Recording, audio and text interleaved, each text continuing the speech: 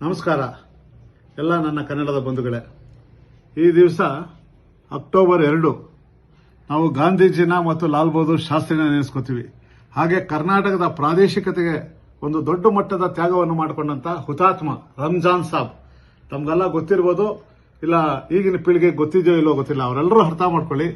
ಕರ್ನಾಟಕದ ಏಕೀಕರಣದ ಸಂದರ್ಭದಲ್ಲಿ ಬಳ್ಳಾರಿಯನ್ನ ಆಂಧ್ರದವರು ಕಸಿದುಕೊಳ್ಬೇಕು ಅಂತಕ್ಕಂಥ ಹುನ್ನಾರ ಮಾಡಿದಾಗ ಆ ಒಂದು ಮತ ಚಲಾವಣೆ ಮಾಡುವಂತ ಸಂದರ್ಭದಲ್ಲಿ ಆ ಮತಪೆಟ್ಟಿಗೆಯನ್ನ ರಾತ್ರಿ ಎಲ್ಲ ಕಾದಿದ್ದು ಆ ಒಂದು ಬಳ್ಳಾರಿ ಜಿಲ್ಲೆಯನ್ನ ಕರ್ನಾಟಕಕ್ಕೆ ಸೇರ್ತು ಅಂತಕ್ಕಂಥ ಫಲಿತಾಂಶ ಬಂದಾಗ ತನ್ನ ಪ್ರಾಣವನ್ನ ಅರ್ಪಿಸ್ಕೋತಾರೆ. ಆದ್ರೆ ಅವತ್ತಿನ ಆಂಧ್ರದ ಗುಂಡಗಳು ಈ ಮತಪೆಟ್ಟಿಗೆಯಿಂದ ಇದನ್ನ ಓಡಿಸಬೇಕು ಅಂತೇಳಿ ಅವ್ರ ಮೇಲೆ ಪೆಟ್ರೋಲ್ ಇರಿಸಿ ಅವರು ಬೆಂಕಿ ಹಚ್ಚಿದಾಗ ಆ ಎಲ್ಲಾ ನೋವುಗಳನ್ನ ಸಹಿಸಿಕೊಂಡು ಕರ್ನಾಟಕಕ್ಕೆ ಬಳ್ಳಾರಿ ಜಿಲ್ಲೆ ಸೇರ್ತು ಅಂದಾಗ ತಮ್ಮ ಪ್ರಾಣವನ್ನ ತ್ಯಾಗ ಮಾಡ್ತಾರೆ.